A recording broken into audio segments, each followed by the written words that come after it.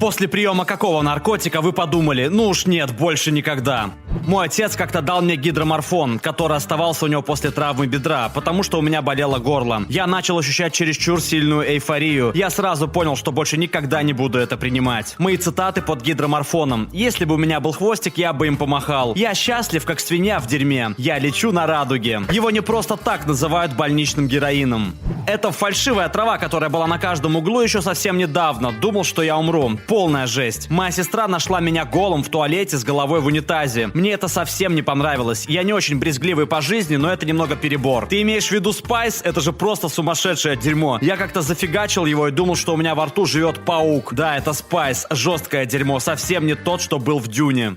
Мед. Однажды попробовал, думал, что это кокаин. 2 дня потом был взвинчен и возбужден как бабуин в брачный период. Больше никогда. Знаете, это очень херово, когда путаешь наркотики. Однажды мне должен был перепасть секс втроем в джакузи. Я принимал кокаин, а одна из девчонок употребляла кетамин. Короче, я вылез на кухню, чтобы взять себе выпить, и подумал, что надо бы зафигачить жирную дорогу, пока я там. Естественно, я все перепутал и занюхал дорогу кетамина, достойную Аль Пачино в фильме «Скарфейс». В итоге они обе вошли в дом и нашли меня без сознания на полу в позе эмбриона. Никогда раньше я это дерьмо не пробовал и никогда больше не буду. Помните, как в «Матрице» Нео первый раз подключали к ней? Его всего покрыло этим жидким металлом, и он издавал этот роботоподобный крик. Этот крик — это последнее, что я помню перед тем, как мое сознание оставило меня.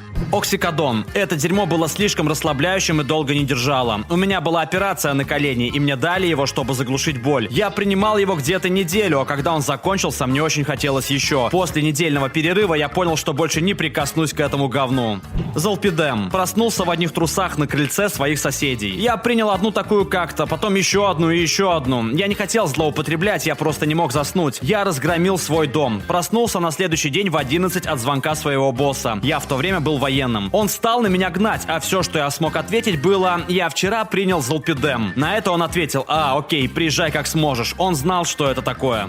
Шалфей. Мне казалось, что я липкий пепперони, который лежит на огромной пицце и пытается сбежать. На самом деле я просто лежал на кровати и не мог встать. И это хорошо, потому что чуть позже целая стена моей квартиры на 3-м этаже растворилась, и я почувствовал желание выпрыгнуть. Так что я вполне мог выйти в окно, если бы мог пошевелиться. Хороший став. Трипы под шалфеем — это не шутки. У меня их было несколько. Лично я люблю эту штуку. Разные концентрации дают разный опыт. Но самое важное — это то, с каким настроем ты входишь в это состояние. Еще я крепко верю, что в способе влиять на мозг человека у шалфея сильный акцент на визуализацию. У всех, кого я знаю, в основном были трипы, которые зависели от их обозримого окружения. Мой самый странный трип был, когда я нормально так закинулся этим стафом со своим другом. Я был в поле и ржал над тем, как мой друг пытался всучить мне цветок. Он надо мной прикалывался. Внезапно я присел на корточки в густую траву и по-настоящему прожил целую 60-летнюю жизнь с расой существ растений, которые общались между собой при помощи сложных танцевальных движений и летали по ветру с листка на листок. Когда дело подошло к тому, что мне пришло время умирать, я почувствовал себя как в той серии Star Trek Next Gen, когда Пикард проживает всю свою жизнь и получает свою флейту. У меня в голове все еще есть воспоминания о некоторых людях, что я там повстречал, и мне приходится себе напоминать, что этого не было в реальности. 8 минут. Это было невероятно.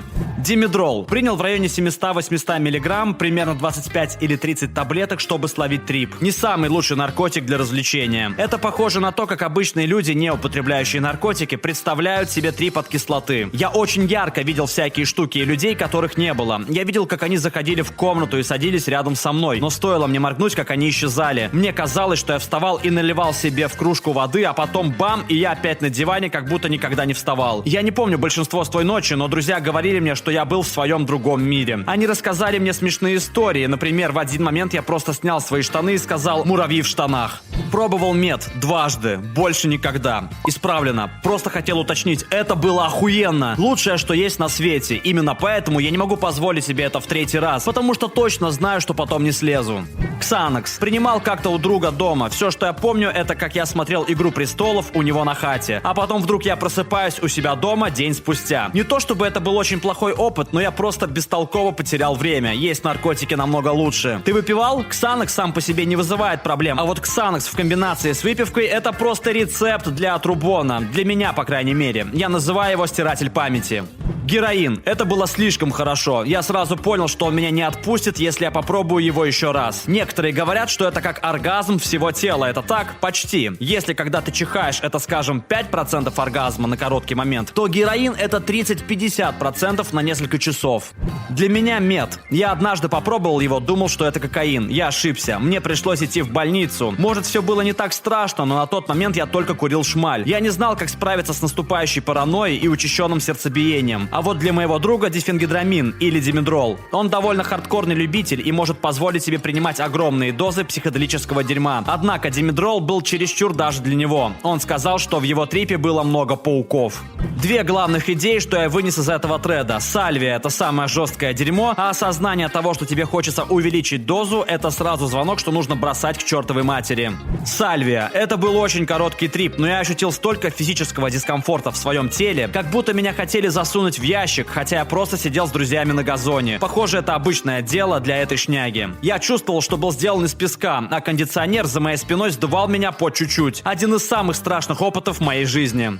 Релаксанты для мускулов. Когда они отпускали, я ощущал самые ужасные судороги в своей жизни. Ты чувствуешь, что судороги у тебя даже на пятках и в мышцах между костей. Кетамин. Врач скорой помощи сказал мне, что это безопаснее, чем пропофол. Да, то дерьмо, что убило Майкла Джексона. Что он пользовался им много раз, когда служил в армии и все такое. Он вколол мне его, и я тут же вырубился без памяти. Когда я проснулся, по ощущениям прошел год, который я провел с богоподобными людьми-ящерами, летающими надо мной. Я выпал из реальности в черную дыру, я путешествовал по космосу, выбился из рамок времени и пространства и приземлился на какую-то чужую планету под названием Земля. Пару часов спустя я понял, что находился в скорой, а этот доктор отправил меня в самый психоделический трип моей жизни. Вообще, я не самый религиозный человек, но очнувшись, я задумался о бытие и Боге. Больше никогда, пока я жив. Несколько лет назад я дважды пробовал ЛСД. Мне понравилось, что в первый, что во второй раз, но после этого я просто больше не хочу его пробовать. Это странно, но я просто не хочу, даже несмотря на то, что у меня был очень-очень положительный опыт. Я просто больше не хочу. Никогда. Я не знаю почему, но это и не важно. Для тех, кому интересно, перед своим вторым трипом у меня была пауза в 2 месяца. Но вот декстромитрофан — это та штука, которую я пробовал один раз и больше не собираюсь к ней притрагиваться. У меня был гнойный гидродинит, и от этой болезни я был весьма взвинченным. Я пошел в Walmart за сиропом от кашля, взял Делсим в оранжевой упаковке. Упоролся я вместе с 3 друзьями, и нас очень жестко размазало. Мы не могли ровно ходить. Было такое ощущение, что наши ноги сильно лагуют и принимают сигналы мозга с задержкой в несколько секунд. В конце концов, меня 4 раза стошнило. Я не помню, блевали ли кореша, но я точно. Эйфория была никакущей, да и сам трип был очень-очень странным.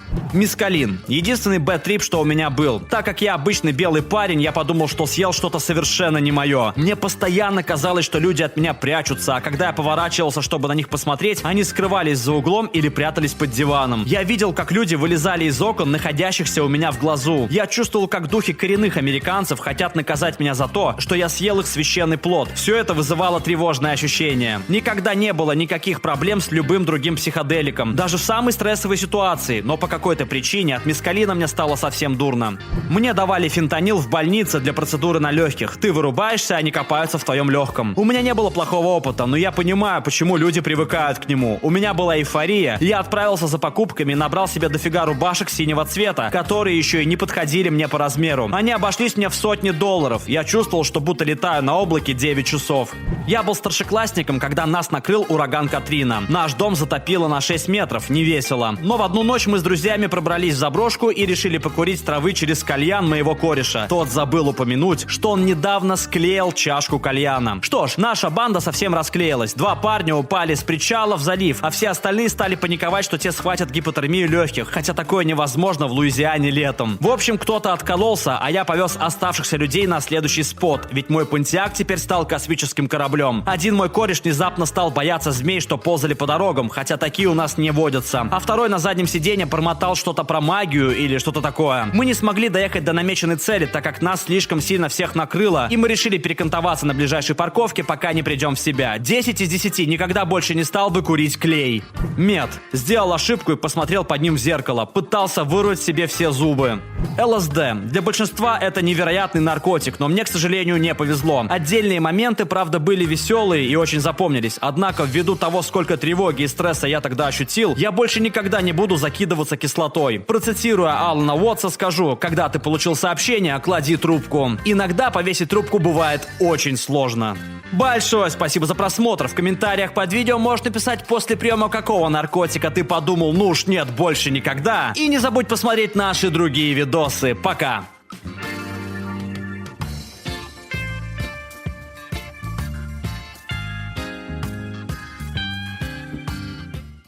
All right, everyone's presentations are done. Nick, the manager, said as he tried to move the discussion forward. Excuse me, I haven't. I recently found out something. Nick interrupted me and began to speak.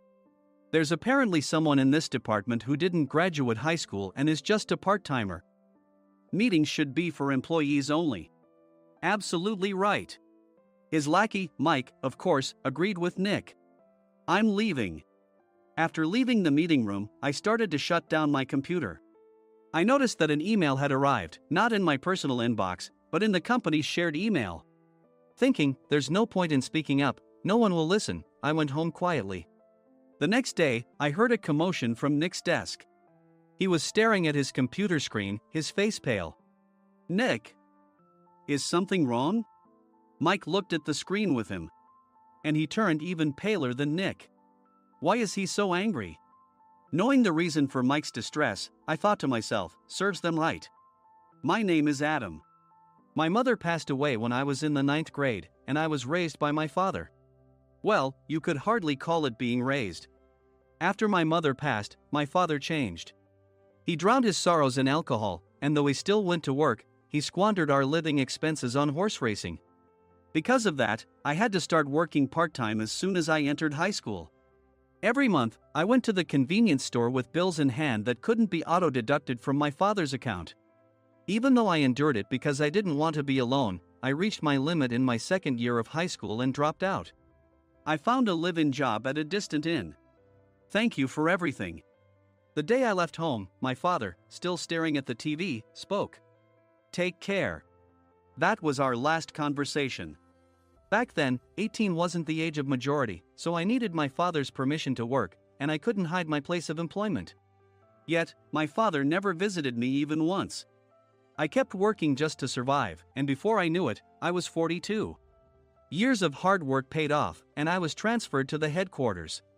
I was thrilled to be recognized by the company, as I thought I'd be working in the field until retirement due to my lack of formal education. Listen up.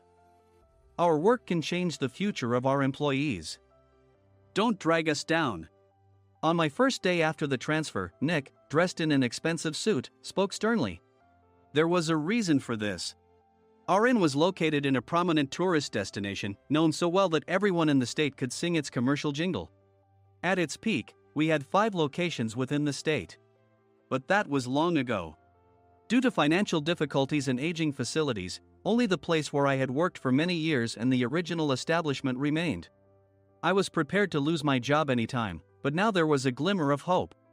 With the rise of social media, the tourist area where the inn was located started gaining attention again. Depending on how hard the sales department, where I was transferred, worked, we could either thrive or be forced to give up this prime location to the new hotel chains continuously popping up. For Nick, who had switched careers from another industry to strengthen our sales, this was a battle he couldn't afford to lose. I understood why he had to be strict. I will do my best. Nick sneered at my enthusiastic declaration. Did you not hear what I said? I'm sorry. I thought I was listening carefully. Out of habit from years of customer service, I apologized reflexively, though I had no idea what had offended him. Someone was watching me with a smirk. In this department, there are those who are expected to excel and those who have been shoved here because they have nowhere else to go.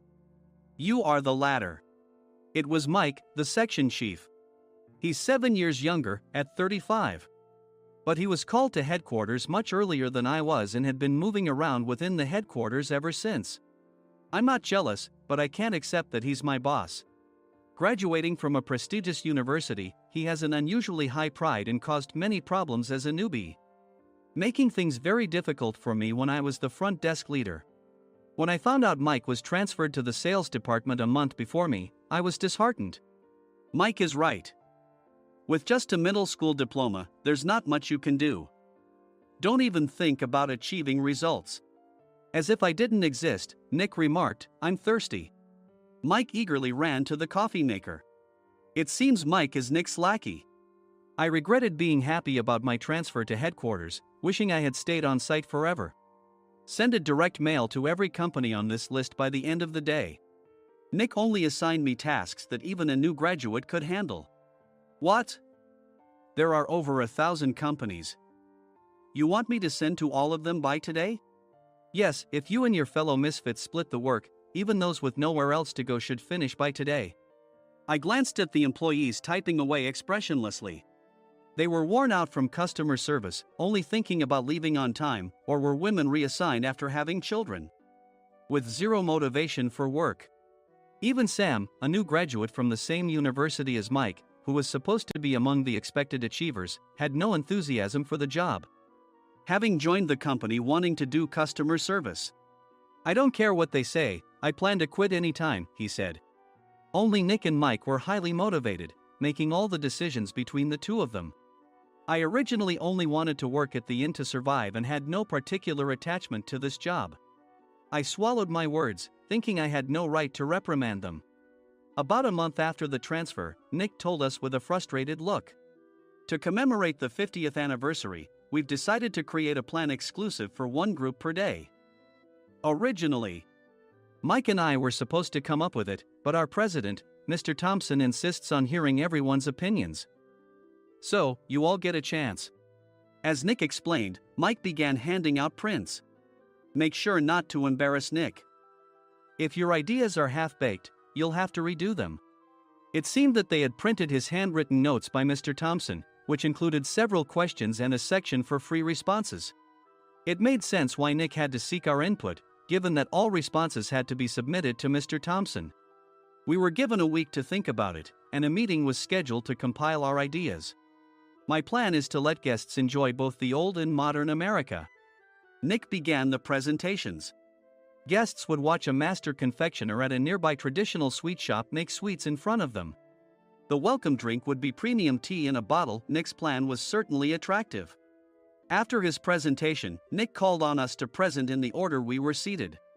Just as I stood up for my turn. "All right, everyone's presentations are done." "Excuse me, I haven't. I recently found out something." Nick interrupted me. "There's someone in this department who didn't graduate high school and is just a part-timer." He was likely talking about me. I joined the company as a part-timer and was made a full-time employee when I turned 20. That was 20 years ago, so Nick and Mike probably had no chance to know until recently. Meetings should be for employees only. Absolutely right. After that, Nick kept creating opportunities to solicit everyone's opinions, purposefully excluding me from speaking. The meeting unexpectedly heated up and went past the scheduled end time. A few people asked to leave, and the discussion continued with the remaining few. Still here? Normally, you'd leave in that situation. Though I had no attachment to the job initially, hearing kind words from customers made me want to make them happier. For someone like me, with nowhere to go, the inn was my home and customer service was my life. I felt pathetic about my current self. "I'm leaving." I left the conference room and started shutting down my computer. I noticed an email had arrived, not in my personal inbox, but in the company's shared email. Thinking no one would listen to what I had to say anyway, I quietly went home. The next day, while preparing the DM as instructed, I heard a commotion from Nick's desk. In his haste to stand up, he hit his knee on the desk. He stared at his computer screen, his face pale. "Nick? What's wrong?" Mike, thinking he should be the first to rush over, approached Nick while still wearing his coat. He peered at the screen with Nick. And he turned even paler than Nick. Why is he so angry? Who is responsible for this company? Nick, more irritated than ever, asked, and Mike answered without checking. Probably Sam. Sam wasn't there because he was attending a morning training session for new hires. Nick gave up on getting angry and returned his gaze to the screen. They were looking at an email that arrived right after the end of the working day yesterday. Apparently, no one, including me, had checked it before leaving. The email was from a large company that used us for their annual employee trips. The president and executives of that company also frequently used our services personally. President of the company, Mr. Mason himself, had declared that neither he nor his company would ever use our services again. Well, some companies cancel their employee trips or stop using our services due to financial struggles. Let's just move on. Mike kept wiping the sweat from his forehead with a handkerchief. Knowing why Mike was so agitated, I quietly watched their interaction. Do you know how much revenue we get from that company? We can find other guests to fill the rooms, but we'll lose the banquet costs, gift shop revenue, rental car fees, and more. Moreover, the gifts were supposed to be prepared by the traditional confectionery shop involved in Nick's proposed plan. If it's known that we incurred such a huge loss at this critical time, Nick's position in the company would be jeopardized. Nick took a deep breath, seemingly trying to calm himself. All right, Mike. Go to New York right now and apologize to Mr. Mason. What? You're coming with me, right? I have urgent work to do. I trust you, which is why I'm entrusting this to you. Please. Mike, believing Nick's sincerity, agreed with a determined look on his face, saying, yes. That's Nick for you. Even if Mike went to apologize, Nick would shift all the blame onto him if the client didn't change their mind. Well, it was Mike's fault to begin with, so it served him right. About 3 hours later, Sam answered a call from somewhere and repeatedly apologized, saying, I'm very sorry. Everyone watched to see what was happening. After ending the call, he informed Nick with a weary tone. When Mike arrived at the client's company, he only made things worse, further infuriating Mr. Mason. He was demanding, get his boss here immediately. It was no wonder Sam was exhausted, dealing with such a call right after returning from training. What is that idiot doing? All right, Adam, you're coming with me. If sacrificing Mike didn't work, then I must be next. Normally, I'd want to refuse at all costs, but I saw an opportunity in this situation. If I can be of assistance, I'd be happy to join you. I obediently followed Nick, and we flew to New York. When we introduced ourselves at the reception, it became clear how serious the situation was, as the receptionist personally escorted us to the president's office. Angry voices leaked through the door, making both Nick and me uneasy. Excuse me. I'm Nick, the supervisor. I understand my subordinate has caused you trouble, and I deeply apologize. Nick, with his experience in the corporate world, knew enough to offer an apology before excuses. However, his customer service skills left much to be desired. I sighed as I saw Mike trembling like a small dog in the corner of the room. What kind of training are you giving your subordinates? Mr. Mason glared at Nick with a red face. The intensity of his gaze made even Nick take a step back. Regrettably, I joined this company only 2 years ago and was unaware of Mike's issues. I should have identified his shortcomings sooner. Indeed. I should have realized sooner. No sensible person would come to apologize and then give a lengthy presentation on the drawbacks of not using their in. Nick froze, his mouth slightly open. Suspecting the worst, I picked up the documents that had fallen to the floor. It seemed Mike hastily prepared these documents on the plane, listing the disadvantages. Disadvantage 1: if you change the venue for the company trip, employees might suspect it's for cost-cutting reasons, leading to a negative impression. Reading it aloud half-jokingly, Nick snatched the papers from my hand and checked the contents with a furious expression. Among the stack of documents was a receipt from a nearby convenience store's copy machine. I felt a pang of dread, hoping he hadn't shown the receipt as well. What do you think he said when I asked what kind of nerve he had to do this? I'm very sorry. Faced with the dire situation, Nick must have thought there was nothing left to do but apologize. In a voice smaller than I'd ever heard from him, he uttered words of apology. He said, I'm a Harvard graduate. I don't believe I said anything wrong. Mike, what have you done? Forgetting his plan to pin the blame on Mike, Nick yelled loudly, even in front of Mr. Mason. I didn't do anything wrong. You're still saying that? Look at him. Mike pointed at me with a shaking hand.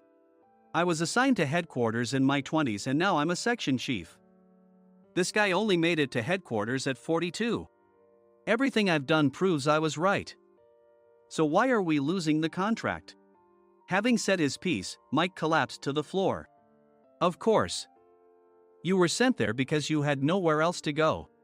Mike never expected to hear such words from someone he looked down upon. He lunged at me, and Nick hurriedly stepped in to stop him. Mr. Thompson told me Mike is a quick thinker, and to take good care of him. There's no way he was pushed aside. Don't make things worse here. He didn't say quick thinker, he said only quick-witted, didn't he? I don't remember that part. I recalled the many troubles Mike caused when he was a newbie. When Mike was on the front line, his pride was so high that he never apologized to customers. Customer service, especially in our job, doesn't work alone. It brings both good and bad situations. If the front staff or housekeepers made mistakes, or the cleaning company didn't properly clean a room, one had to apologize to the customers regardless of personal fault. Mike, in such situations, would never apologize, insisting he wasn't at fault. This often angered customers, and as the front desk leader, I frequently had to apologize on his behalf. He caused complaints and disrupted operations, which is why he was quickly moved to headquarters. In departments where he didn't interact directly with customers, his quick thinking was beneficial and things went well. But it seemed his flaws were starting to show.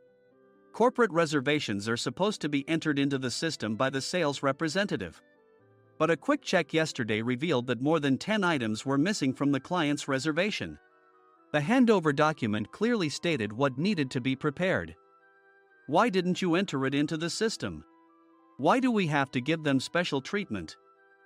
Filling rooms near the banquet hall, setting up all the food in advance. Specifying the brand of wine, they're too demanding. No wonder he always angered customers, I thought, feeling a headache coming on. Grouping them in rooms near the banquet hall is for our benefit too. It makes it easier for the staff to set up beds and serve breakfast since everyone's schedule is synchronized. As for the other requests, Mr. Mason suggested them to lighten our load. I didn't know that. Nick finally seemed to realize that Mike was the one who had angered the client. What did you say to them? I just told them we wouldn't give them special treatment anymore. We shouldn't waste effort on things that don't bring in money. I was utterly exasperated at his lack of understanding of customer service. Of course, we shouldn't comply with unreasonable demands. But carrying over successful practices from past stays makes customers feel remembered and enhances their experience. Good memories encourage repeat visits. That's part of our job. I looked down at Mike, who was sitting on the floor. In our job, nothing is a waste. Mr. Thompson likely moved you to the sales department, hoping you'd finally understand this. How do you think he feels now that you failed to meet his expectations? Mike, tears in his eyes, fled the president's office. I was amazed he still hadn't apologized. You have it tough, Adam. It's okay, we're all employees of the same company. I deeply apologize for this disrespectful incident. Especially after all the care you've shown us. If it weren't for you, Adam, I really would have stopped staying here. When I heard you were moving to the sales department, I was willing to reconsider if you handled it. Seeing us talk so amicably, Nick's face contorted. Do you two know each other? Adam's service is excellent. I always requested him specifically. Normally, we don't accept specific staff requests, but we made an exception for Mr. Mason, adjusting my shifts accordingly. He had personally stayed at our hotel just before my transfer, and during casual conversation, I mentioned, I'm moving to the sales department soon. If I hadn't told him then, things could have been much worse. Please continue to take care of us. I look forward to it. On the return flight, Nick awkwardly offered me a can of beer. It's still working hours. Of course, I had no intention of forgiving him for a single beer. Nick might try to pin everything on Mike and avoid any consequences. While pondering this, a startling fact came to light. Nick, the tea bottles for the plan have arrived. I handed Nick a bottle labeled with our inn's name. They look good. What are you talking about? These are plastic bottles. I had assumed we would use the trendy, high-end bottling tea. But what arrived were ordinary plastic bottles of tea with customized labels. The only unique aspect was the label, which had the inn's name, making it look customized. Upon further investigation, I discovered that a substantial amount of money was set to be paid to the tea company. It was priced like bottling tea. Does this plastic bottle really cost $100 each? The tea inside is specially blended for us. The extra cost is for that. Wouldn't it be better to use another tea company? Or is there a specific reason we must use this one? As Nick continued to make excuses, I showed him a printed email. I informed the tea company's president, Mr. Mitchell, that we discovered irregular payments and he confessed. He said you two were high school classmates and planned to split the extra money. That idiot. Why did he confess? That's not important. You should worry about yourself, this could turn into a police matter. Opening the bottle cap, I suggested. How about calming down with this tea? It supposedly has a relaxing effect. Nick drank the tea frantically. In the following days, decisions were made about their fates. Mike was reassigned to the General Affairs Department, with no chance of transfer or promotion, as per Mr. Thompson's orders. As for Nick, since the payment to the tea company hadn't yet been made, he narrowly avoided legal trouble. Instead, he was encouraged to leave the company, and to avoid further complications, Nick submitted his resignation. Rumor has it that connections between HR departments have made it difficult for him to find new employment.